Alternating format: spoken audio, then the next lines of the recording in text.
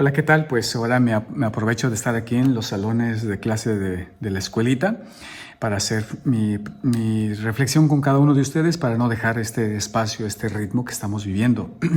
Disculpen por ahí cómo está un poquito por atrás, pero estoy aquí en un salón de clase y es un poquito tarde, pero me dio esta oportunidad para comunicarme con todos ustedes y sobre todo para preparar nuestro corazón para este encuentro de Jesús vivo a través de la Eucaristía, a través especialmente de su palabra. Bien, ahora entramos en el domingo número 11 y el evangelio que vamos a leer es Marcos, pero salta en nuestra Biblia las parábolas del sembrador y nos vamos al versículo 26 al 34. Y una de las razones es porque en otro ciclo, en otro domingo, vamos a mirar esa parábola muy detalladamente y en el 26 al 34 hay una parábola que es única en el Evangelio de Marcos, por eso nos ha pedido así. Sin embargo, hoy iniciaré de una manera diferente. Hoy haré la primera lectura, en primer lugar, que es de Ezequiel, capítulo 17, del 22 al 24.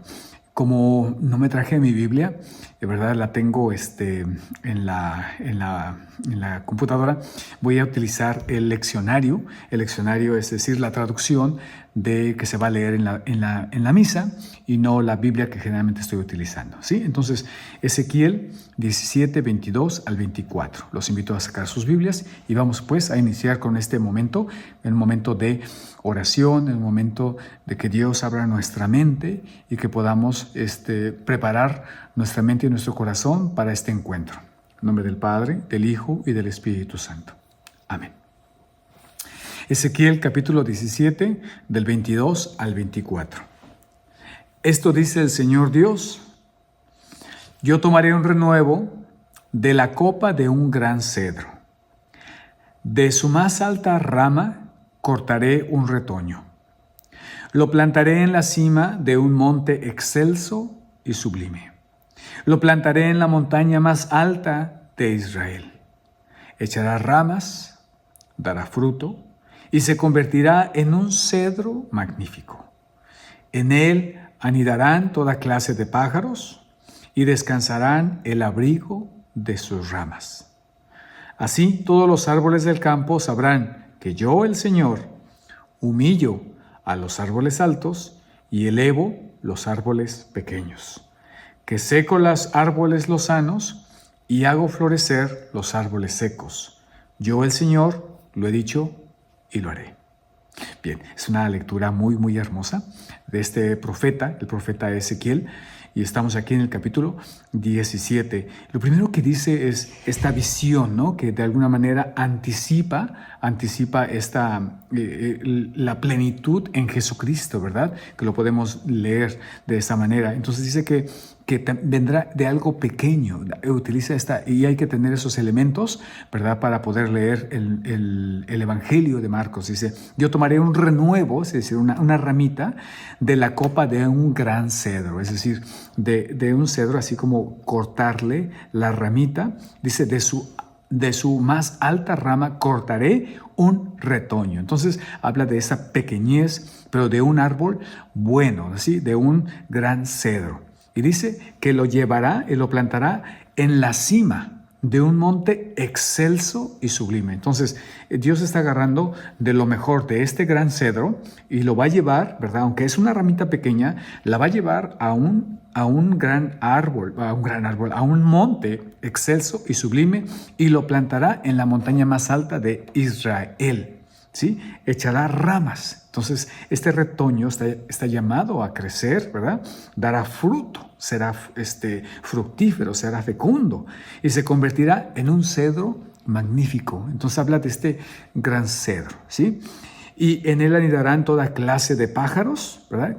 Que va a atraer a los pájaros por su belleza, por su fortaleza, y descansarán al abrigo de sus ramas, ¿sí?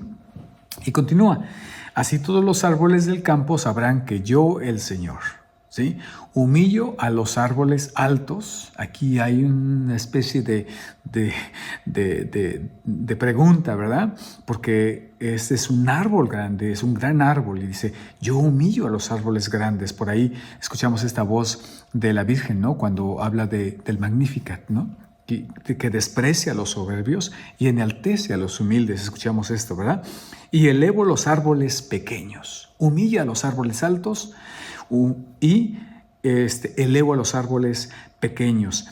Que seco los árboles lozanos, seca los árboles frondosos de alguna manera y hago florecer los árboles secos. Yo, el Señor, lo he dicho y lo haré. Bien, entonces después de tener esto en mente, vamos a ver cómo Jesús, que es un gran lector, de esta tradición profética, cómo Él nos trae estas parábolas en Marcos, capítulo 4, del 26 al 34. Le damos lectura, vuelvo a leerlo desde el leccionario, desde la traducción que vamos a leer en el domingo.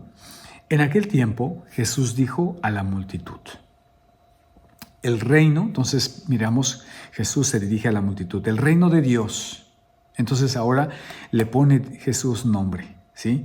Cuando se habla de este magnífico, de este monte magnífico, y habla de este árbol, empieza a ponerle. El reino de Dios se parece a lo que sucede cuando un hombre siembra la semilla en la tierra. Entonces nos está hablando del reino de los cielos, que pasan las noches y los días sin que él sepa cómo, la semilla germina y crece. Y la tierra por sí sola va produciendo el fruto. Primero los tallos, luego las espigas y después los granos en las espigas. Y cuando ya están maduros los granos, el hombre echa mano de la hoz, pues ha llegado el tiempo de la cosecha. Esa primer parábola, ¿verdad? Entonces, ahorita vamos a analizarla, pero habla del reino de Dios. Se parece a lo que sucede cuando un hombre siembra a la semilla. Entonces dice que se parece a lo que, no dice que se parece a un hombre, sí dice que se parece lo que pasa cuando un hombre siembra a la semilla en la tierra. Dice que el reino de los cielos, ¿verdad? En sí mismo no está atado a algo o a alguien, algo que debe de pasar o de suceder, sino que en sí mismo es una fuerza, es una vida que en sí misma está surgiendo, que está brotando. Entonces habla de esa libertad, pero de ese poder en sí mismo que tiene el reino de los cielos. Y además dice que no hay vuelta hacia atrás, ¿sí? Que no hay vuelta hacia atrás, que pasan noches y días y sin que se sepa cómo, ¿verdad? Misteriosamente, ¿verdad? La semilla crece, germina y la tierra por sí sola va produciendo el fruto. Es decir, que no hay algo, ¿verdad? Que no hay algo que pueda determinar que esta semilla, cuando está sembrada en la tierra, en sí misma hay la misma experiencia, la misma realidad, va a provocar que esta semilla crezca, porque está sembrada en tierra, no está sembrada en un lugar, sino está sembrada en el lugar correcto, ¿verdad?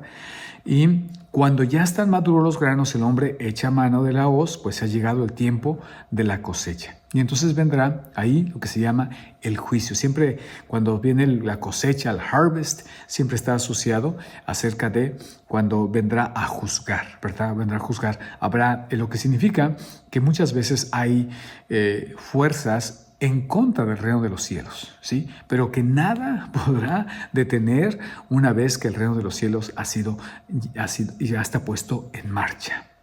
Vamos a la segunda parábola, que es muy hermosa. Les digo también que de alguna manera es más conocida. ¿Cómo compararemos al reino de Dios? Entonces, nuevamente, esta parábola quiere hablar de la realidad, ¿verdad? De comparación del reino de Dios. ¿Con qué parábola la podremos representar? Es como una semilla de mostaza, es la más conocida, que cuando se siembra es la más pequeña de las semillas, nos está recordando a la primera lectura. Pero una vez sembrada, crece y se convierte en el mayor de los arbustos y echa ramas tan grandes que los pájaros puedan anidar a su sombra. Otra vez el eco de Ezequiel. Y va a terminar de una manera muy interesante. Y con otras muchas parábolas semejantes, les estuvo exponiendo su mensaje, de acuerdo con lo que ellos podían entender, y no les hablaba sino en parábolas, pero a sus discípulos les explicaba todo en privado. Bien, entonces esta es la segunda parábola que vamos a detenernos un poquitito. Entonces habla de la semilla de mostaza. Entonces nuevamente vendrá como las expectativas del reino de los cielos. Lo más seguro es que al empezar a hablar de esto, de las semillas, posiblemente los que lo escuchaban, que dice aquí la multitud, está esperando que va a hablar de esa rama de cedro o que va a hablar de esa semilla, ¿verdad? De esa semilla de algo muy hermoso. Pero aquí habla de la mostaza, ¿sí? De la mostaza, que es la más pequeña y que ni siquiera es un árbol. Que cuando cuando crece parece un árbol, pero recuerden que es un arbusto, que es un árbol, digamos así, feo, ¿no? Que es un arbolito por ahí torcido, mal hecho, pero que esa es la experiencia, esa es la experiencia que muchas veces se tienen las expectativas de algo grande.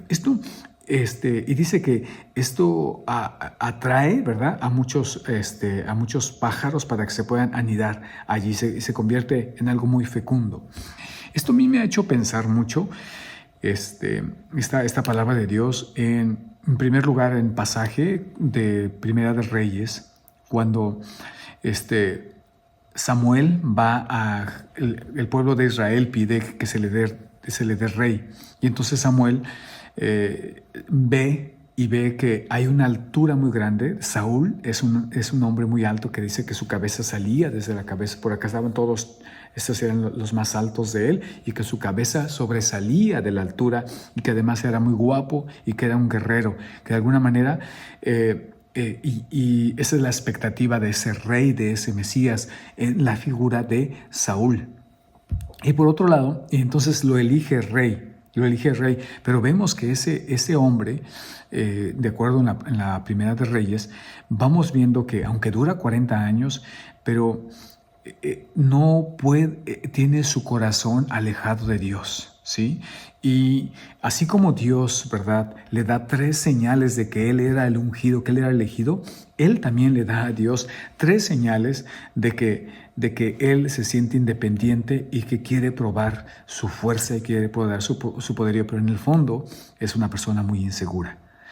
Después, cuando Dios lo rechaza como su rey, ¿verdad?, porque está basado en las apariencias, está basado en la expectativa del rey que quería el pueblo de Israel, le dice: yo les daré un rey de acuerdo a mi corazón, ¿sí? Y va a decir también Reyes, que también lo hace Ezequiel, y le dice: un rey de acuerdo a mi corazón. Y entonces le manda a Samuel a la casa de Jesé, y se le presentan los hermanos, recordamos esa historia, ¿no? Y entonces se emociona Samuel cuando ve al mayor, al más grande, ¿verdad?, Abner, y dice, y está también fuerte, es guerrero, y dice: este es, y le dice Dios: no te dejes llevar por las apariencias, ¿sí? Y entonces cuando aparecen todos los hijos, le dice a Jesé, él le dice a Jesse: estos son todos tus hijos. Y dice: no, pues hay uno que está allá cuidando las ovejas, mándalo traer porque no comeremos sin él. Y dice que cuando llega, pues que es un joven y que tiene ojos vivos, pero es un joven que no es un alto, que no tiene un cuerpo de guerrero, que es guapo y que es rubio. Eso es todo lo que dice. Es decir, algo pequeño, algo que se puede descartar para ser un rey. Y entonces dice: ese es, úngelo. Y entonces aquí vamos viendo cómo Dios va preparando, una vez que se ha elegido rey, ya no hay vuelta hacia atrás, y cómo Dios va preparando al rey David, lo va preparando desde la oscuridad, desde atrás, desde la sombra de Saúl, pero ya no tiene reversa, ¿sí? Así como nadie sabe cómo, pero allá está Dios trabajando y lo está haciendo pastor. ¿sí? Y entonces va a llegar un momento cuando tiene que pelear contra Goliat, que va a decir, sí, yo soy pastor, pero yo amo tanto a mis ovejas que cuando veo a un oso y se lleva, o a un león y se lleva una de mis ovejas, yo voy y peleo contra el oso, ¿sí? No se sabe cómo, pero Dios está preparando nuestros corazones a veces en lugares que ni siquiera sabemos, ¿verdad? Creemos que nuestra vida ya ha sido terminada o creemos que eso no es importante, pero todo lo que va sucediendo en nuestras vidas es un material sagrado que Dios va utilizando y va a utilizar en nuestro futuro para nuestro favor y para el bien de las personas a las cuales vamos a servir, ¿sí? Ese es el primer elemento y por eso decía aquí que cuando dice en la lectura de Ezequiel, ¿verdad? Dice, sabrán que yo humillo a los árboles altos y elevo a los árboles pequeños, que seco los árboles lozanos y hago florecer los árboles secos. También he pensado mucho en esta parte, en nuestras vidas, ¿no? En nuestras vidas, pongo dos ejemplos más. Cuando de repente uno tiene como sueños muy guajiros, dice un amigo, tiene unos sueños muy grandes en donde uno, vamos a decir, en un matrimonio, en un trabajo, uno piensa a su familia, uno piensa a sus hijos y de repente cree que el que tiene dinero, que si les va bien, que si uno se deja guiar por las apariencias y las apariencias que van más de acuerdo a mi corazón. Sí, a lo que, de alguna manera, a lo que yo proyecto, a lo que a mí me hace sentir que yo soy un buen padre o una buena mamá. Y a veces no alcanzamos a mirar cómo Dios está trabajando el corazón de esa persona, que pareciera ser que no hay un avance, ¿verdad? Pero es Dios que va tomando a su tiempo y dice, va a llegar el momento de la cosecha donde va a pasar la hoz, ¿verdad? Así como en la primera lectura. Muchas de las cosas que en la vida desechamos, por ejemplo, Jesús mismo, es su comienzo, no es un comienzo, no manda a llamar a Gamaliel, no manda a llamar a los grandes fariseos y escribas, sino cómo es su inicio. Su inicio es un granito de mostaza, una semilla de mostaza. Son pescadores. Es un recolectador ¿se dice así? Recolectador, un tax collector, un recaudador de impuestos, encontramos gente que no es letrada, que ha sido rechazada por los rabinos y Dios los manda a llamar así a cada uno de nosotros. Yo a veces me pongo a pensar, en mí mismo veo. Hoy, pues le doy muchas gracias a Dios de esta oportunidad de estar aquí en la escuela, estudiando el doctorado de ministerio, pastoral teológica, pero mis humildes orígenes son eso, son pobres, nunca me imaginé estar en este lugar, como sacerdote mucho menos, pero Dios fue preparando mi corazón, ¿sí? Pero Dios fue preparando mi corazón. ¿De qué manera? ¿De qué manera? Con todos los elementos que parecía ser que a mí nunca se me ocurrió el ser sacerdote, pero Dios iba trabajando allí y va trabajando cada uno de nosotros estos elementos que en el futuro va a decir, es que yo te llamo porque te he preparado y te seguiré preparando. Finalizo con el último ejemplo. A veces la Santa Misa. La Santa Misa parece ser que es algo aburrido, que es algo que no se entiende, que es algo que, es la tradición, que yo mejor experimento a Dios en otro lugar y que se va renegando, como que es esa semilla de mostaza. Pero cuando uno es fiel, cuando uno como estos momentos, ¿no? Que uno se va preparando, es la tierra, porque eso es la humanidad.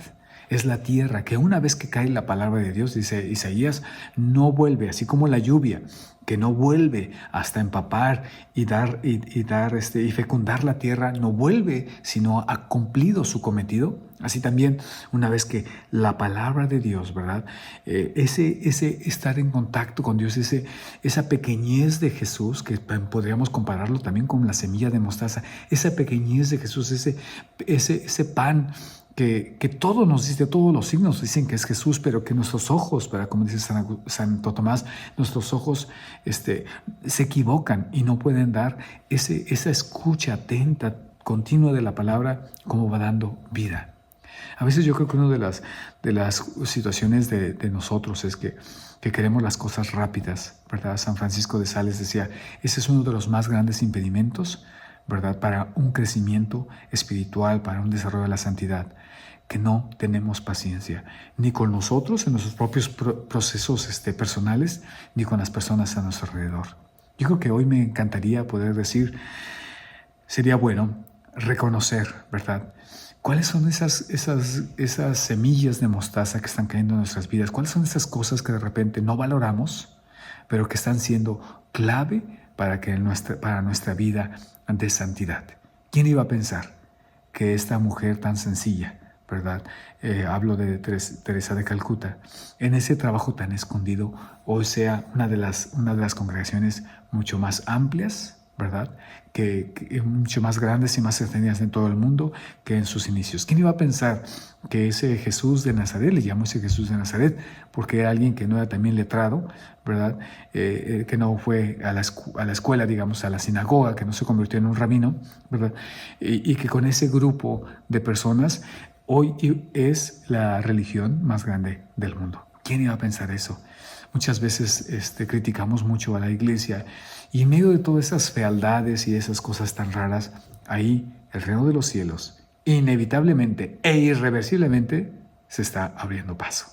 Hoy tendríamos que quedarnos como en asombro de cómo es Dios, ¿verdad? Que me gustaría terminar con esta frase que dice tan hermosa, ¿verdad? Que es el Dios que humilla a los árboles altos, que eleva los árboles pequeños, que seca los árboles frondosos y hace florecer a los árboles secos. Traerle a Dios esa pequeñez y eso que creemos que no da vida, traigámoslo, porque Él es el que tiene el poder de transformar eso que tú y yo no podemos. Que el Señor les bendiga. En nombre del Padre, del Hijo y del Espíritu Santo. Nos vemos pronto en la Santa Misa.